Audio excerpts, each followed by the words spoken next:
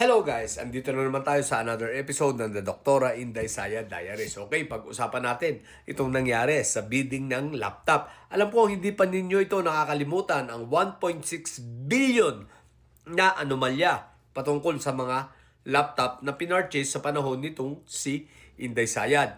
Guys, ito yung inimbestigahan sa Congress during sa pag-deliberate ng budget. At guys, nagkabistuhan, no? Now, according dito kay Congressman Bongalo ng Ako Bicol, meron dito mga discrepancies na sila ay nakita, okay, sa maanumalyang purchase nito. Sapagkat sa dalawang bidding na nangyari, yung unang bidding pumabor sa pamahalaan sapagkat merong variance sa 24%. Ibig sabihin, mas mura ng 24% with the same specs ng mga laptop.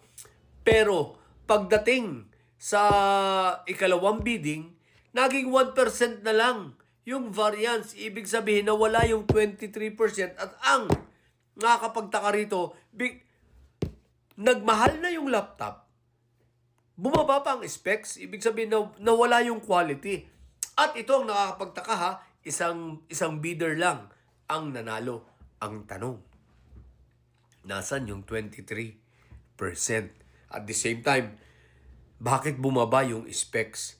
Ano nangyari? Nalaman nating lahat na yung mga laptop ay puro obsolete. Ibig sabihin, hindi na makakasabay sa technology ngayon. Ibig sabihin na hindi na makakasabay sa mga system ng computer o sa galing o sa bilis o sa performance na kinakailangan nung laptop based sa technology sa pangkasalukuyan o sa nung 2023. Kita nyo guys, ang tanong, magkano ang naibulsa? Sapagkat ito ay obvious na may pera, may obvious na may kinurakot sapagkat nawala yung 23%, tapos bumaba yung specs nung laptop. Isipin nyo yun, 1.6 billion guys ha. At ilang laptop ito at nakita nung si Secretary Angara nang nandun, nakita lahat ay nandun lang, nakatambak sa bodega. Isipin mo yun. Ang tanong, sino ba pinagdamutan nito ni Inday Sayad at ang niloko niya? Walang iba kundi ang mamamayan.